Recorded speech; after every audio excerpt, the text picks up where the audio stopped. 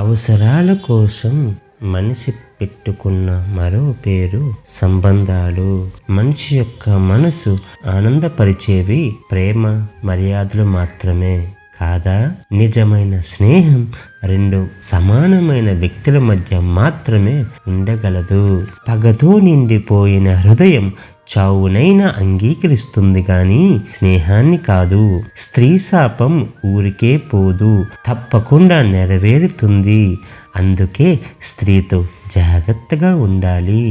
ఏమంటారు? మనపై పగ తీర్చుకోవాలి అనుకునేవారు ప్రధానంగా చేసే పని ఆరోపణలు చేయడం కాదా? మీరే ఆలోచించండి. స్త్రీ ఒక శక్తి. ఏదైనా అనుకుంటే సాధించే వరకు నిద్రపోరు. మనిషి దేనినైనా భరిస్తాడు కానీ అవమానాన్ని కాదు.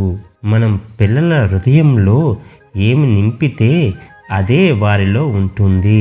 అలానే వారు తయారవుతారు. కళ్ళు ఉంటే అన్నీ ఉన్నట్టే. ఎందుకంటే సకల లోకాన్ని చూసేది ఈ కళ్ళతోనే కదా. చీకటి అంటే భయం. ఎందుకో తెలుసా? నువ్వు ఏమీ చూడలేవు కదా. కోటీశ్వరుడు ఎవరో తెలుసా?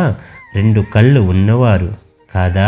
అయితే నువ్వు ఒక్కసారి నీ 2 కళ్ళు పోయాయి అనుకో, అప్పుడు నీకే అర్థమవుతుంది.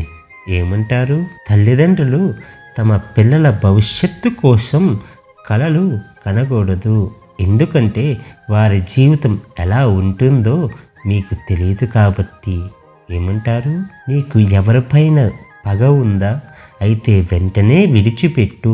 ఎందుకంటే అది ఒక పనికిమాలిన భావన కాబట్టి. దేవుడి యొక్క కర్తవ్యం పరమభక్తుడి యొక్క కోరిక నెరవేర్చడమే.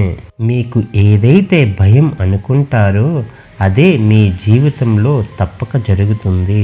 ఎరుపు రంగు యుద్ధానికి ప్రతిరూపం, తెలుపు రంగు అవమానానికి ప్రతిరూపం, స్నేహానికి ప్రతిరూపం ఎల్లో కలర్. జీవితంలో చిన్న పెద్ద అని ఎవరు ఉండరు. జీవితంలో ఎలాంటి వారికైనా ఇంకొకరి అవసరం పడుతుంది.